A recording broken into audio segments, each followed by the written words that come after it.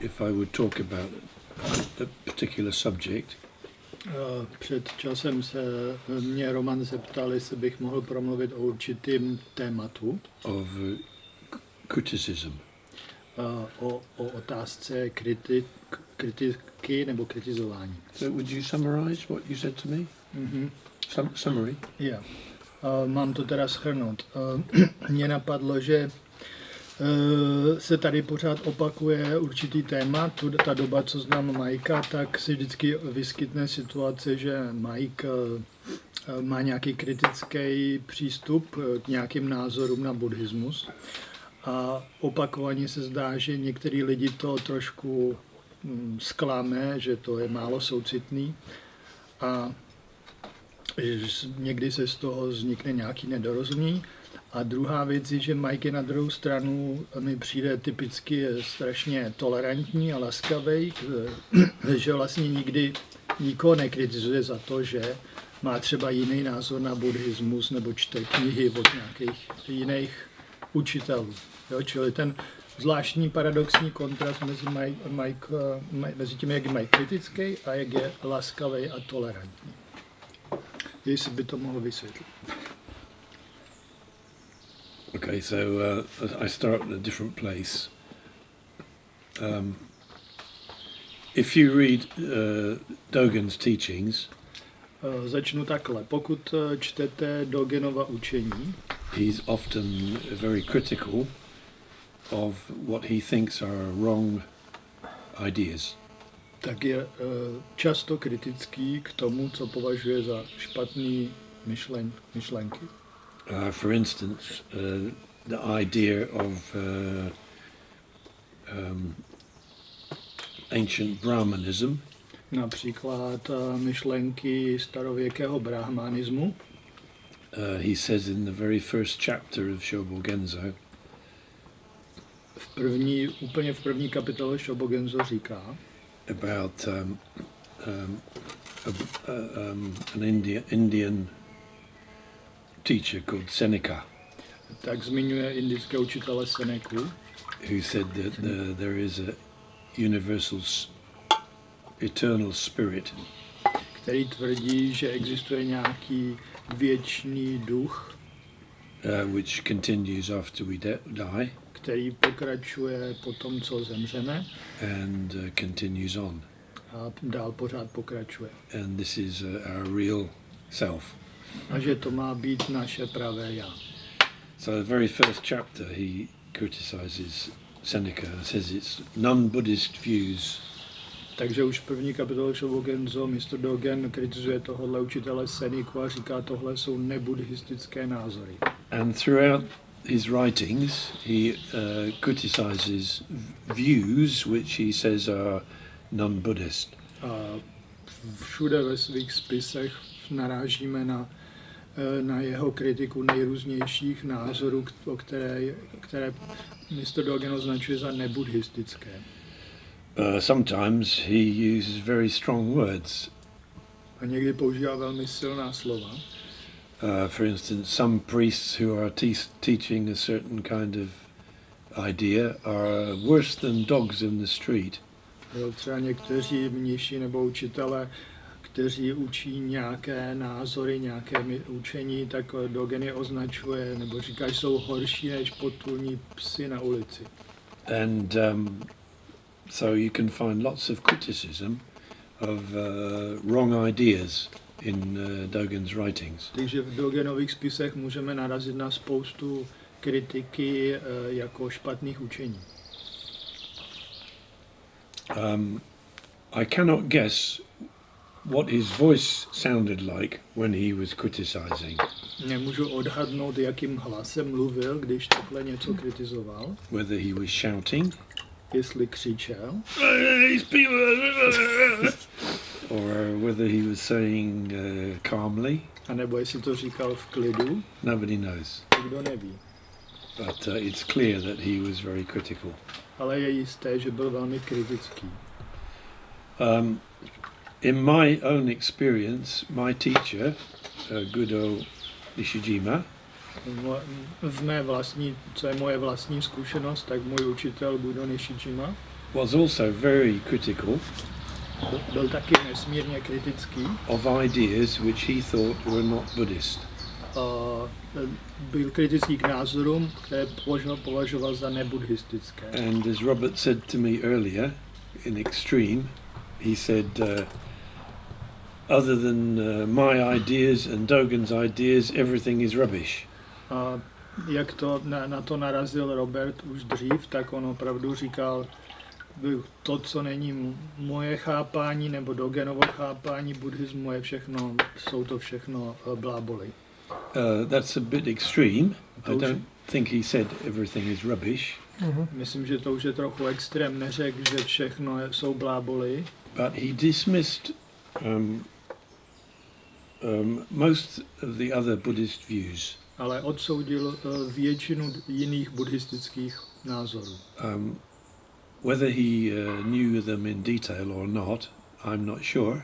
Sometimes. Jestli je znal všechny do detailu, to si nejsem jistý. But he was very critical. Ale byl velmi kritický. About ideas of being reborn. Například k myšlenci, že se můžeme znovu zrodit. Ideas of special state of enlightenment. Názory na zvláštní stav osvícení. He criticized anything which he couldn't find in Dogen's writings. Kritizoval všechno, co nemohl najít v spisech mistra Dogena. Because for him, Dogen's teaching was complete. Protože on považoval Dogenovo učení za úplné. So anything else was embroidery. Takže všechno ostatní bylo jenom nějaká dekorace. And Buddha Nishijima was quite strong character. Ale Buddha Nishijima byl takový silný charakter. So sometimes when he was criticizing something, or somebody, some idea, takže když někdy někoho kritizoval nebo něco, nějakou myšlenku, his lip would start kind of quivering. Tak se mu začal cukat koutek. Nebo... And as young students we would watch. A jako my mladí jeho žáci jsme se dívali ze zaujetí. And sometimes he would shout. A někdy i křičel. Not so often, but from time to time. Ne tak často, ale občas. And I remember in the temple one day at the session. A pamatuju si jednou v jednom klášteře na sešinu. The session included the Japanese people and foreign people. A na tom sešině byli jak Japonci, tak cizinci. And they were staying on the opposite side of the temple in a room. A stáli proti sobě v místnosti v tom klášteře. Big room, sleeping all together. A byla tam velká místnost, kde všichni spali. And in the evening, quite late in the evening, they started talking and arguing. A večer, docela hodně pozdě večer, začali se bavit a hádat se. So he got up and opened the window from his room. Tak on vstál a otevřel okno ze svého pokoje. Which was the second floor, opposite side of the temple. Což bylo druhé patro naproti tomu klášteru. And shouted across very loudly. A křičel velmi nahlas. Why don't you shut up? Quite strongly. Křičel, že... Yeah. At the foreigners or the Japanese or both? The people. All the people. The people who were making the noise. Křičel na ty lidi, co tam dělali hluk. So sometimes he became quite angry. Takže někdy se docela naštval. Sometimes his criticism was quite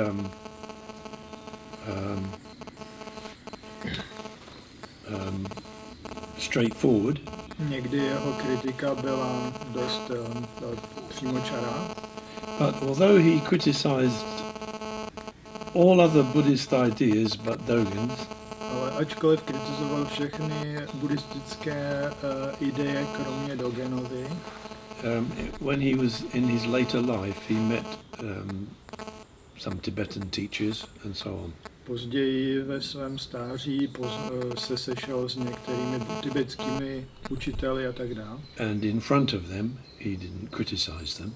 A před nimi je nekritizoval. He was very friendly and cooperative. Byl velmi přátelský a kooperativní. So a difference between criticizing ideas and criticizing people. Čili je tu rozdíl mezi kritizováním myšlenek a kritizováním lidí.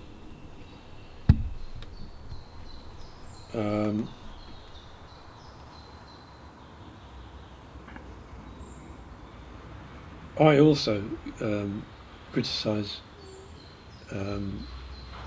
teachings which don't make any sense to me. Já taky kritizuju učení, která mi nedávají žádný smysl. And also I sometimes get angry, as you know. A jak víte, tak občas se taky naštvu. But sometimes I speak loudly and people think I'm angry, but I'm not angry. A někdy mluvím hodně nahlas a lidi si myslí, že jsem naštvaný, ale já nejsem naštvaný. In Anamkara retreat, which happened last month, na retreatu v Anamkara, což bylo před měsícem, we were having discussions about Dogen's teachings. Jsme diskutovali o učení mistra Dogena. And two members of the discussion were saying, but we are all on the same path. A dva členi, kteří se účastnili té diskuze, říkali, ale my jsme přeci všichni na stejné cestě. Or we have to use skillful means.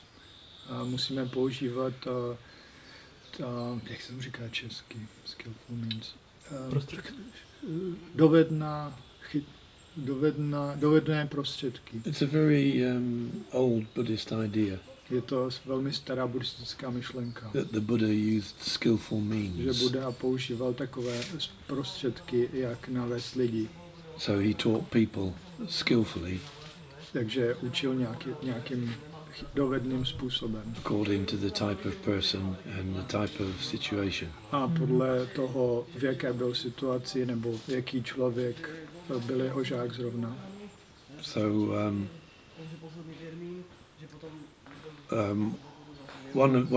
one man said to me, "You're very casual." Jeden člověk mi tam řekl, jsi velmi takový neformální. When you say something about other teachers. Když mluvíš něco, když říkáš něco o jiných učitelech. For instance, other teachers who come to Anamkara. Například o jiných učitelech, kteří mají taky něco vedou v Anamkara. Because Anamkara is a center where people can hire. Že Anamkara je takový centrum, kde si můžou lidi to pronajmout. So there are other teachers come there. Takže tam jezdí různí učitelé s různými učeními. So he said, you're very casual when you talk about them. Takže on říkal, jsi takový velmi neformální. Because usually I say, I'm not interested in that. Protože obvykle říkám, mě to nezajímá. Or it's completely different. A nebo to je úplně něco jiného. Which is my way of being polite. Čili a to je určitý způsob, jak se snažím být slušný. But after the talk, I thought, so if I try to be polite, people think I'm being casual. Takže po tom talku jsem si říkal, když se snažím být slušný, tak lidi si myslí, že jsem takový neformální, že... And so next But what do you mean with casual, like relaxed or? Well, this is the word which the guy used. Because I don't exactly understand. Well, he meant that I don't say sharply. Okay. I say, if they want to do that, that's fine, but I'm not interested, or something like that. Takový uvolněný, jakože se nesnaží říct přesně. So it seems like too casual, too relaxed. Nedbalý. Takový nedbalí, že na tom nezáleží. Nedbalí, že na tom nezáleží. Yeah. So next talk, I said I realised when I try to be polite, people think I'm being casual. Takže v tom dalším talku jsem řekl, já jsem si uvědomil, když se snažím být slušný, tak si lidi myslí, že jsem nedbalý. So I'm going to stop it. Takže už nebudu nedbalý. So I stopped it. Tak jsem toho nechal. And I criticize people who were asking questions. A začal jsem kritizovat lidi. So the man who said we're all on the same path, because has a history in Buddhism. He's practicing zazen and he's studying the here and there different things. Protože ten člověk, který říkal, že jsme všichni na stejné cestě, už zažil nejrůznější učitele a různý způsoby buddhismu. So I said, I don't have a path. Tak jsem mu řekl, já nemám žádnou cestu. So I said very strongly, I don't have a path. Jsem řekl velmi silně, já nemám cestu. So I denied his effort to be inclusive. Takže jsem popřel jeho snahu být inkluzivním, zahrnout nás všechny na jednu cestu. Jako. And the man who said, I think we should use skillful means. A ten člověk, který říkal, měli bychom používat. I said very strongly, I don't know what skillful means are. It sounds crazy to me. How do you know if your means are skillful? It's impossible. I think it's rubbish. Like this. Ten člověk, co říkal, že bychom měli používat ty dovedné způsoby, tak Mike mu na to řekl, já nevím, co ti myslíš, pro mě je to nesmysl. Co jsou ty dovedné způsoby? And I said, I have this retreat based on the teachings of Dogen. So why do you come and talk about other ideas? Tak jsem mu řekl, my máme tady ten session, který je založen na učeních Dogena, tak proč sem jezdíš, když se zajímáš o jiné věci? So then I'm starting, my voice is getting louder. So I'm 71 years old and I studied in Japan for many years, and I come, if you want to hear what I can teach you, that's fine, but don't try and bring everything together. Blah, blah, blah, blah, blah, blah, blah. A very loud voice. Tak jsem začal zvyšovat hlas, je mi 71 let, studoval jsem tolik let v Japonsku, snažím se tady něco vám vysvětlit, co jsem učil. Tak proč jako se tady budeme míchat všechny věci dohromady? So some people were very shocked. Někteří lidi byli v šoku. And after the talk, in the evening, they had the discussion. A večer po tom talku měli večer diskuzi. Which I did not know. O čemž jsem nevěděl. And in the discussion, some people said, almost he is like a bullying. Někteří lidi říkali, že on je skoro jako, jak se to říká, šikanuje, že nás skoro šikanuje. And other people said, oh no, it's fine, it's okay. You have to say what you believe. A jiní lidi říkali, ne, to je v pořádku, přece musí říkat, čemu věří. And this is not the first time this situation happened with me. A to už se nestalo, to se nestalo poprvé, tady ta situace. And always, some people think it's okay, and some people very upset. A vždycky jedna část lidí říká, je to v pořádku, nic špatného se neděje, a druhý lidi jsou velmi naštvaní. I said to them, if you were studying with my teacher, you would be even more shocked. Já jsem jim řekl, kdybyste studovali s mým učitelem, tak byste byli ještě víc šokovaní. So I find that people's response to criticism, at least in England, in the UK, is quite strange. Že mi připadá, že přístup lidí, aspoň v Británii, přístup ke kritice je dost zvláštní.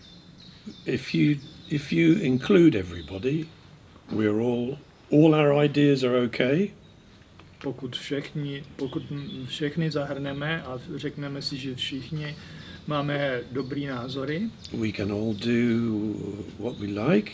Všichni můžeme dělat, co chceme. And we're all leading up the mountain to the same point. A všichni jdeme nějakým způsobem nahoru na stejný vrchol. There are many different ideas and many different beliefs. Existuje přece spousta různých ideí a různých vír. It's all okay.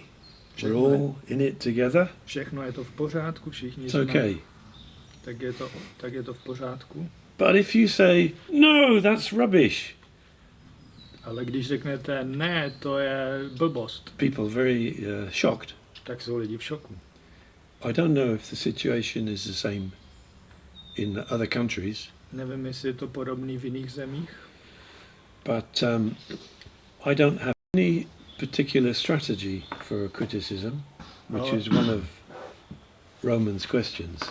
ale nemám žádnou nějakou zvláštní strategii, jak řešit kritiku. Just if I think that something is important, my voice gets louder. Prostě jenom, když si myslím, že něco je důležitýho, tak zvýším hlas. And if I think somebody's ideas are crazy, I say so. A když si myslím, že někoho názor je bláznivý, tak to řeknu. So there's no strategy, Takže nemám žádnou strategii. there's no special anything, Není tu nic zvláštního, just me. jenom já. And I think it's okay. Myslím, že to je v pořádku. Sometimes people get upset, Někdy lidi jsou naštvaní, but if you don't point out something to people, they can never see the point. ale když nikdy nezdůrazníte něco, tak ty lidi neuvidí. And there are many crazy ideas in society. A ve společnosti je spousta šílených nápadů, Not related to Buddhism, related to life. ne zrovna co se týká buddhismu, ale k životu. I heard some people trying to live without eating. Slyšel jsem, že některý lidi se snaží přestat jíst. To me, that's crazy. To mi připadá šílený. So I can't say, oh, I hope they're successful. Doufám, že se vám to I want to try. No, I don't want to try. It's rubbish. It's crazy. Nechci nic takového, prostě je to blbost, je to šílený. And also in science there are many crazy theories. Ale ve vědě je spousta taky šílených nápadů. But in science, science researchers have developed a system so they don't kill each other. Ale věda vymyslela nějaký způsob, aby to nevedlo k tomu, že se navzájem zabijíme. And in scholarly research also, they have developed a system how to be very careful with each other. A v takovém tom vědeckém výzkumu se taky vyvinul nějaký systém, jak být k sobě citlivý, dávat si pozor. And so in many papers and research, they might say, and so this researcher, his ideas may be a little extreme. A když čtete vědecké články, tak v těch článcích taky jsou velmi obezřetní a diplomatičtí. Když kritizují jiné vědce, tak řeknou, možná je tahle myšlenka příliš extrémní. And phrases like that. A používají podobné fráze. But I'm not a scholar, so I don't know how to use their very careful system. Takže já nejsem vědec, takže nevím, jak používat takovýhle způsob. So I don't think it's necessary. Takže si nemyslím, že to je nutné. So I think it's important if you come across something which makes no sense. Myslím, že je důležité, když narazíte něco, co nedává smysl. It's okay to say so. Tak prostě to řekněte. Loudly. A nahlas. Můžem se spýtat? Can I ask a question? Yes. Mne sa zdá, že je dobré v takej situácii povedať, že mne to nedáva zmysel. I think, můžu tak po kouskách. I think in such a situation it's good to say it doesn't make sense to me. Ale nie ako keby generálne a všeobecne odsúdiť ideu, ktorej buď nerozumiem, alebo ju neviem obsiahnuť. But maybe not to dismiss an idea that I don't understand well or cannot really consider completely. A najmä vo vede, napríklad vo fyzike je to veľakrát o tom, že vedec možno opatrne, ale skonštatuje, že toto nezahrnie, čo ale neznamená, že daný jav neexistuje.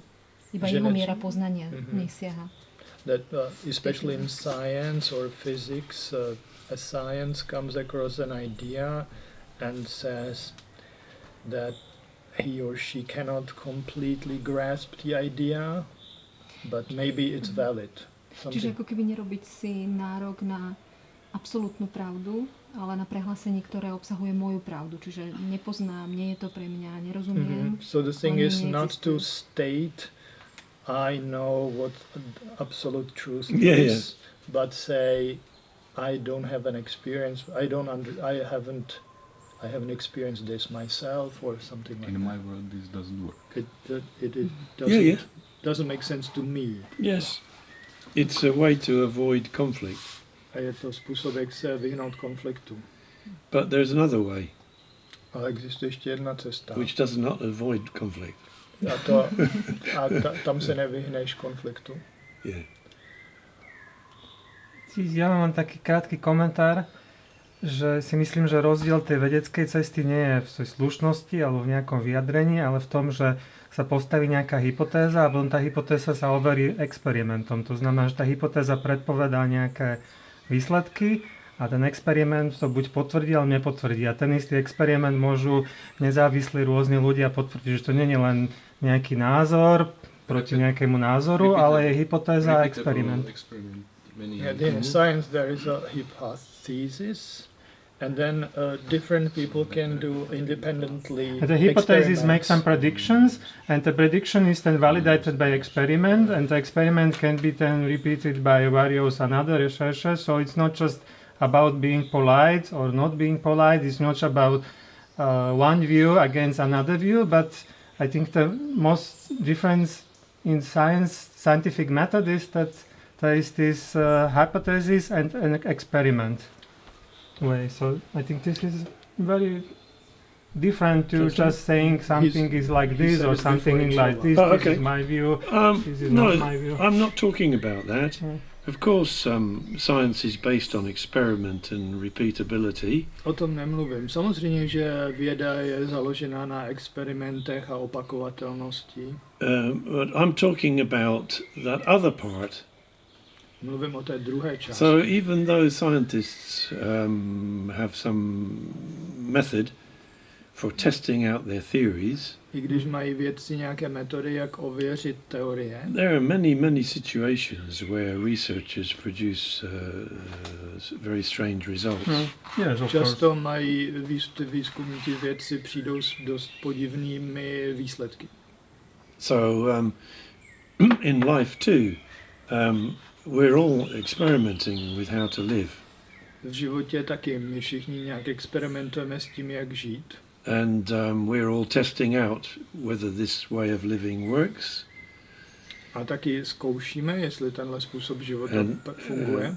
And how to avoid upsetting people and so on. A jak se vyhnout tomu, že podráždíme nebo naštveme druhé. But separate from that, there may be situations where it's necessary to say clearly.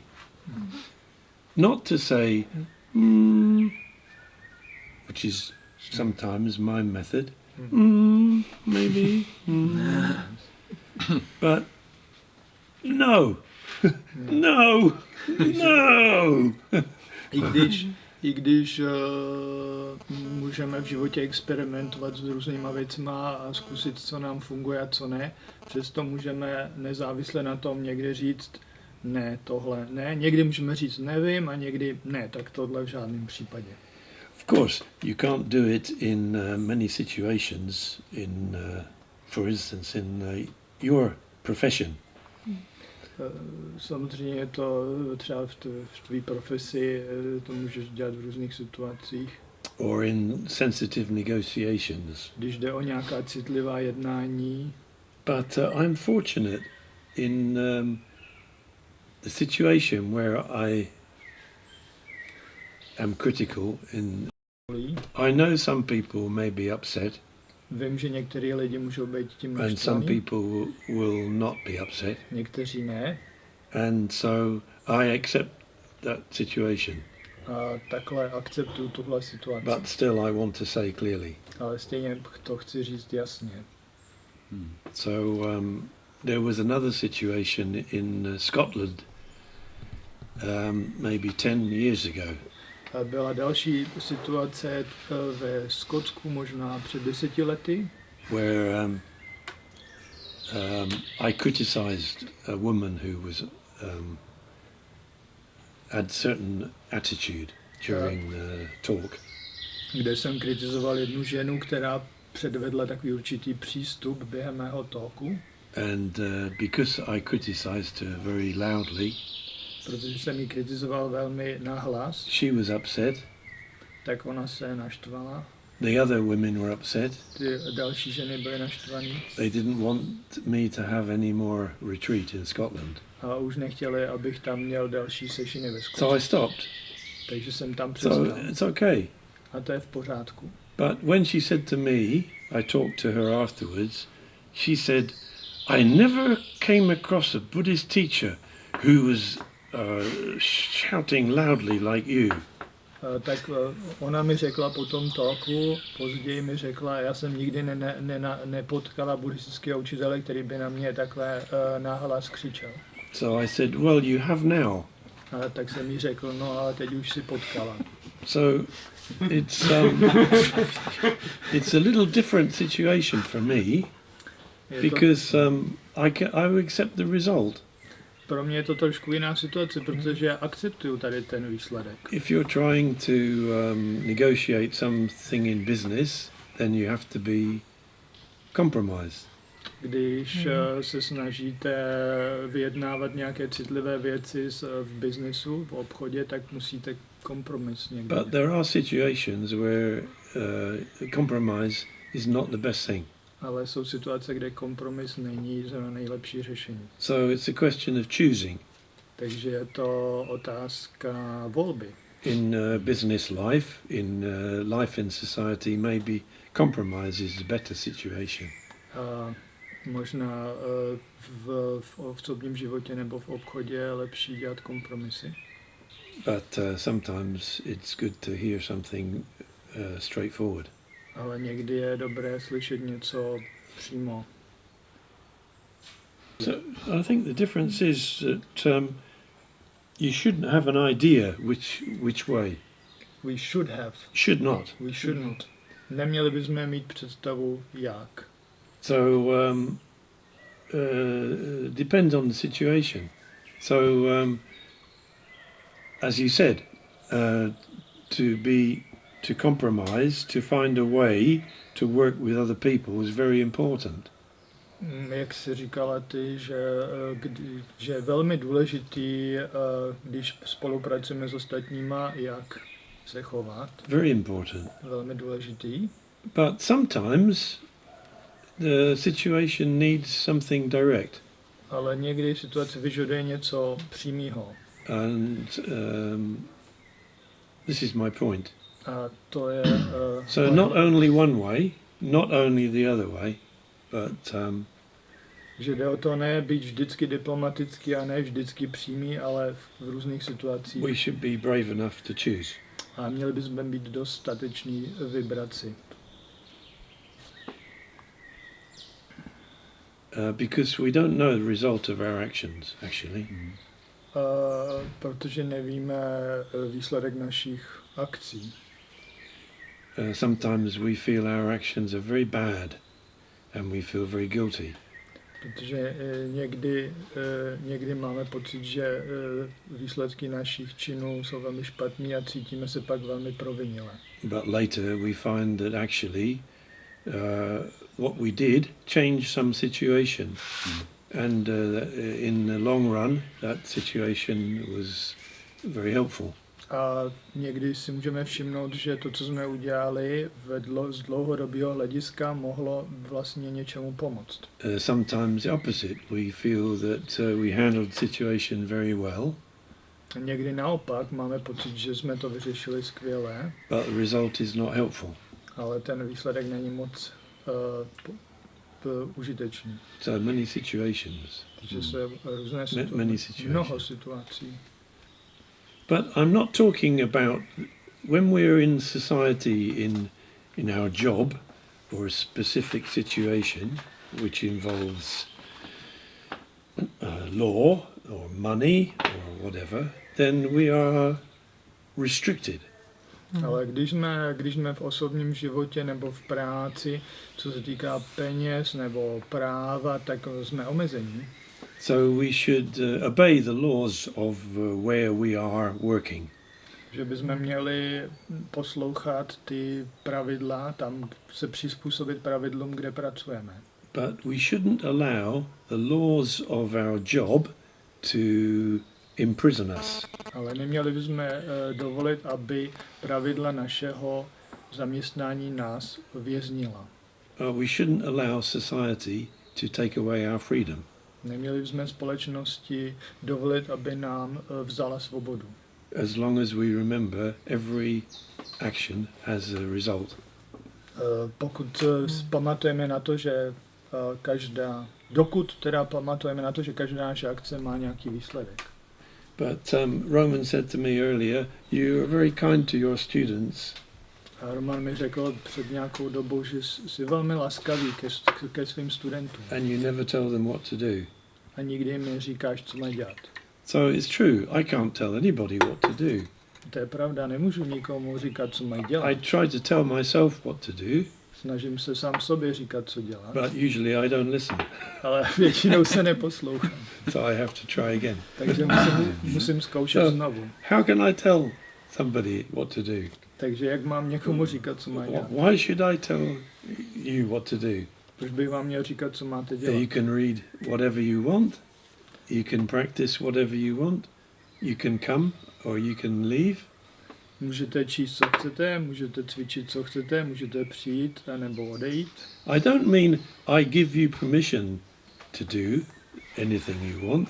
I mean you have the freedom already. Neznamená to, že vám dávám povolení, že teda můžete dělat, co chcete, ale že už tu svobodu máte. So I can't take away your freedom. Nemůžu vám vzít vaši svobodu. To do what you want. Abyste dělali, co chcete. I understand why my teacher was so insistent. Chápu, proč byl můj učitel tak zaměřený jedním směrem. About Dogen's teachings. Proč trval na učení mistra Dogena. So passionate. Tak vášnivý. Because almost disappeared. His teachings almost disappeared. Protože učení mistra Dogena skoro zmizly. So he was very strong and sometimes fierce.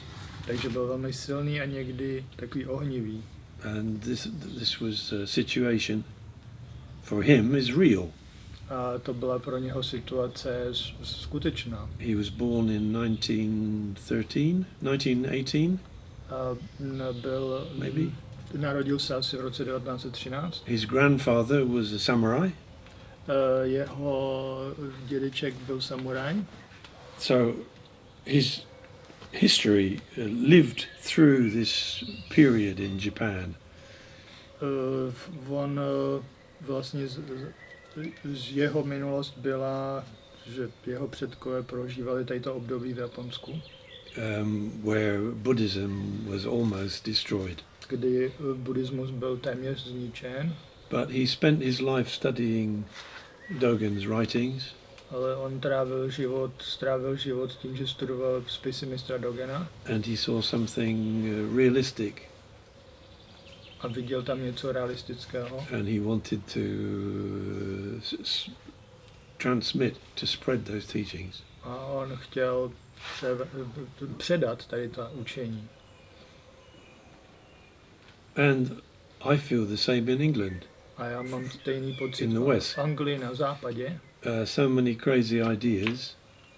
Je tu tolik bláznivých myšlenek. I remember when we had a retreat at Studenec in an old hotel.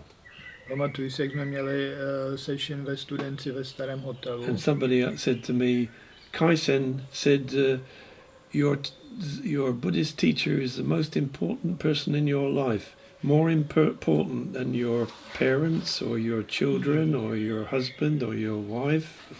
A pamatuju si, že někdo tam říkal, že Kaisen řekl, váš učitel buddhismu je nejdůležitější osoba ve vašem životě, důležitější než rodiče, než partner, než děti. So when I hear something like that, it makes me angry. Když slyším něco takového, tak mě to fakt naštve. How can that be true? Jak by to mohlo být pravda? So we should speak out Takže bychom in měli, situations like that. takže bychom v takové situaci měli jasně říct svůj názor. Or I went to a retreat in London with Deshimaru's group. Nebo jednou jsem byl na sešinu v Londýně se skupinou Deshimarua. And the teacher said, you shouldn't practice zazen at home. A ten učitel vám říkal, neměli byste cvičit zazen doma. Only in our dojo. Jenom v našem dojo. Rubbish! Blbost. How can you practice balance only in one place? Jak můžete cvičit rovnováhu jenom na jednom místě? So there are many situations where it's best to be direct. Takže je spousta situací, kde je lepší být přímý. Yeah.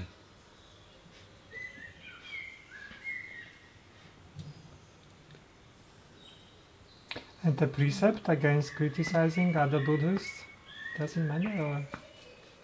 Or? Criticizing other Buddhists. But they're not Buddhists.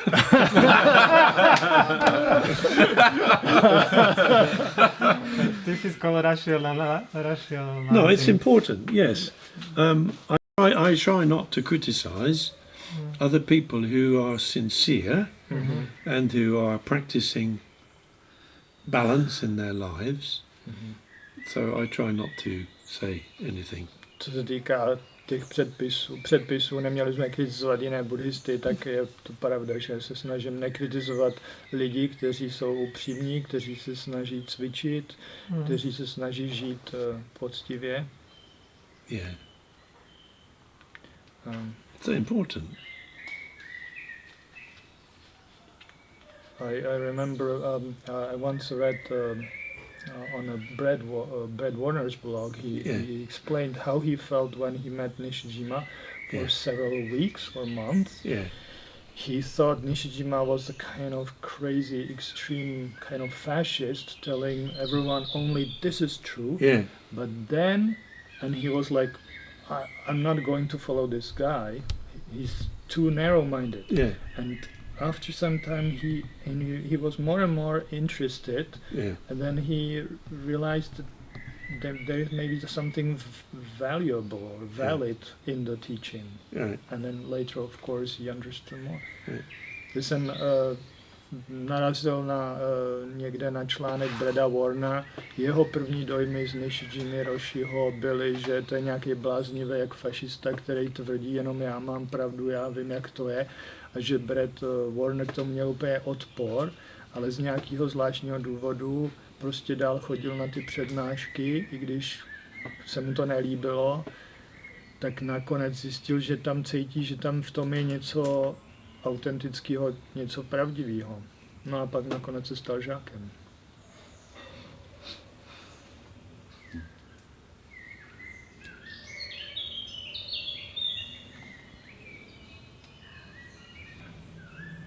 So there's a history in Japanese Buddhism of leaving your family.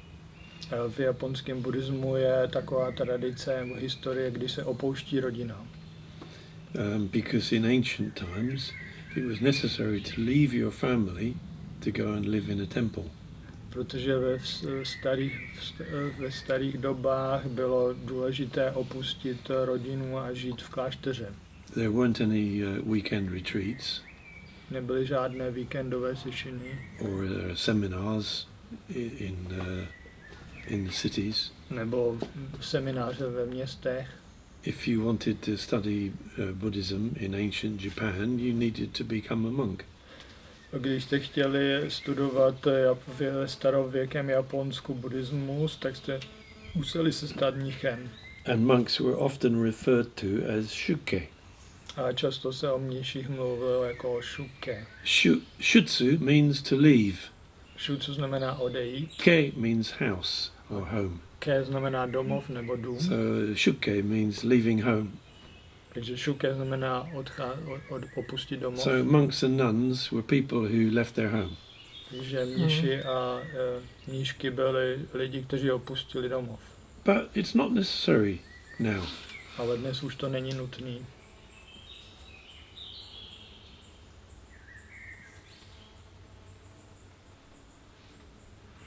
So we can change our way of studying.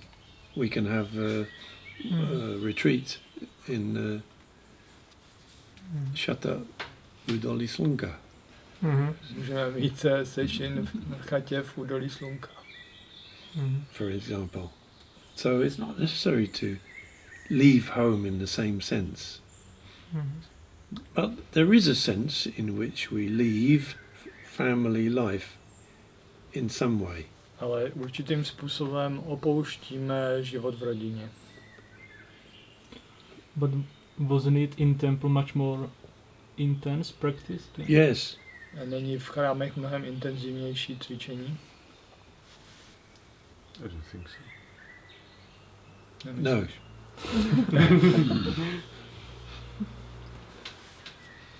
There were very intense temples, and there were temples that were not so intense.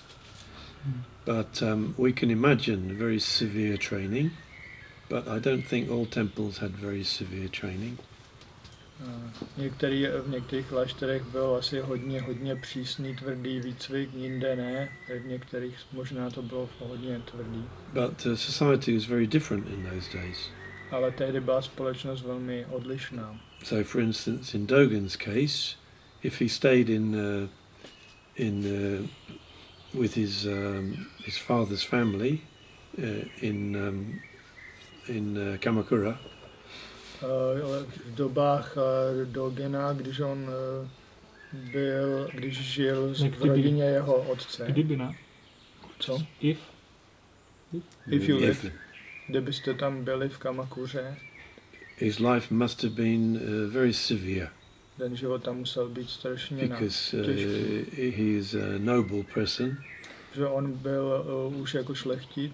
And in noble situations in Japan, there was lots of plotting. Protože tam byly různé intriky a navzájem se různě jako ohrožovali ta šlechta. And deceit. A podvody. And assassinations. Atentáty. And wars. Války. And hierarchy, fighting for position. Hierarchie, boj o moc. So I suppose his life in temple was very nice compared with staying in the situation into which he was born. Takže vlastně pro něho bylo jednodušší žít v klášteře, než žít v té strašné situaci, která tam panovala v tom civilním světě.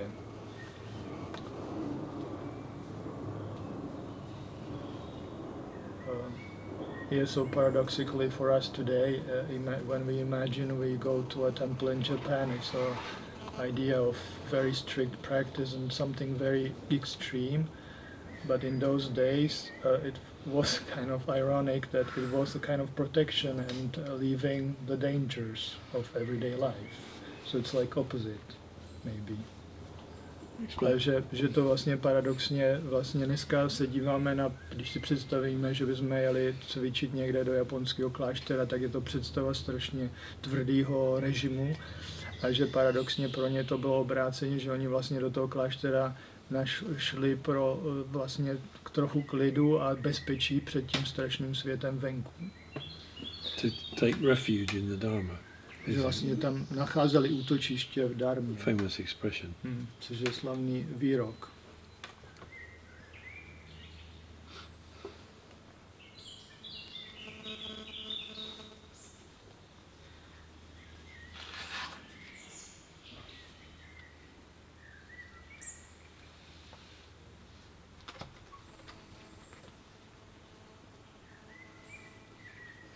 Oh, time to stop.